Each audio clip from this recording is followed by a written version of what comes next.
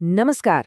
आज हम एक बहुत ही पावरफुल कॉन्सेप्ट के बारे में बात करने वाले हैं जो सच में आपकी लाइफ को देखने और एक्सपीरियंस करने का तरीका पूरी तरह से बदल सकता है। इसे कहते हैं हॉकिंस स्केल। आप समझ लीजिए ये आपके मन के लिए एक मैप की तरह है, एक नक्शा। तो चलिए शुरू करने से पहले एक सवाल, एक बहुत ही जरूरी सवाल खुद से पूछते हैं।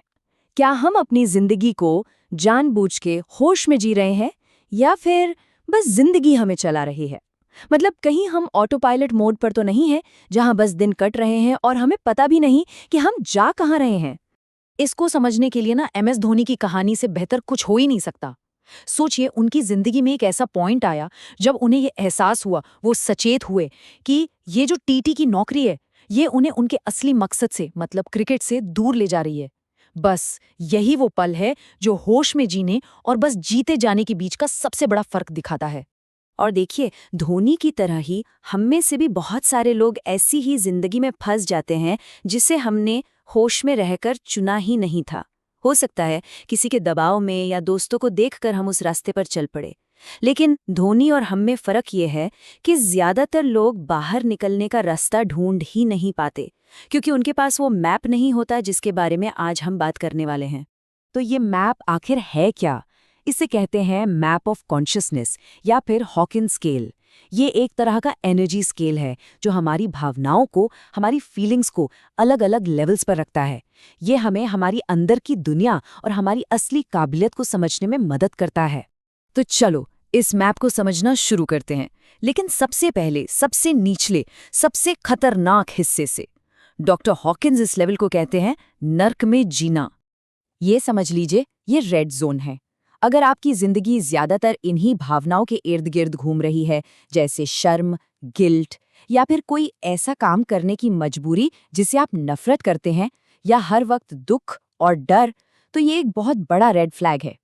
और देखिए, इसे बिल्कुल भी नॉर्मल मत समझिएगा। इस तरह जीना सामान्य नहीं है। ये एक ऐसी मेंटल स्टेट है जो लोगों को एंग्जाइटी और डिप्रेशन की तरफ धकेलती है, जहां वो बस किसी तरह अपनी जिंदगी को घसीट रहे होते हैं।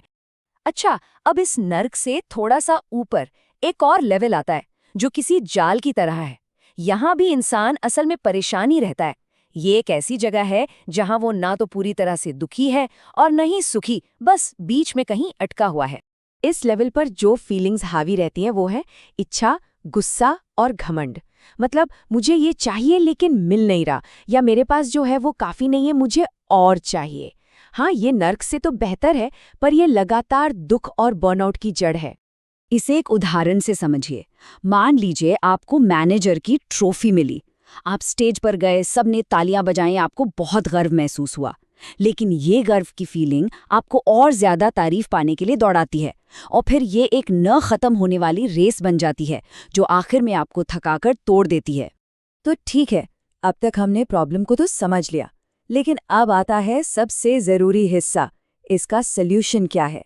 इस पूरे जाल से बाहर निकलने की और इस स्केल पर ऊपर चढ़ने की एक बहुत ही सिंपल एक चाबी है। तो सवाल यही है कि इस नर्क और इस जाल से बाहर निकलने का रास्ता क्या है, और आपको जानकर हैरानी होगी कि इसका जवाब सिर्फ एक शब्द में है, और वो शब्द है समर्पण, सरेंडर।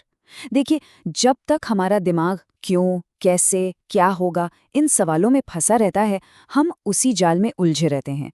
लेकिन जिस पल हम समर्पण कर देते हैं, रास्ता अपने आप खुलने लगता है।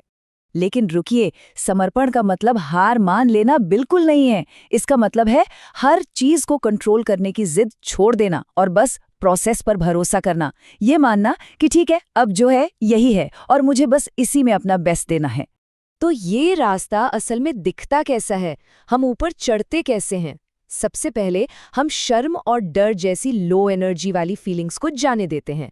फिर हम प्रोसेस को सरेंडर करते हैं, उस पर भरोसा करते हैं। जैसे ही हम ये करते हैं, हम एक्सेप्टेंस यानी स्वीकृति और विलिंगनेस यानी इच्छा जैसी बेहतर स्टेट्स की तरफ बढ़ने लगते हैं, और यहीं से असली समझ आनी शुरू होती है।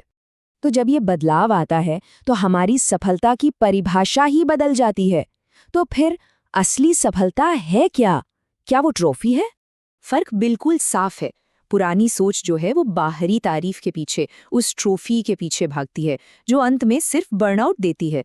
वहीं नई सोच वो जिंदगी की भीतरी क्वालिटी पर ध्यान देती है, जिससे जलन नहीं बल्कि एक असली संतुष्टि, एक फुलफिलमेंट मिलती है। और आखिर में असली सफलता कोई मेडल या ट्रॉफी नहीं है।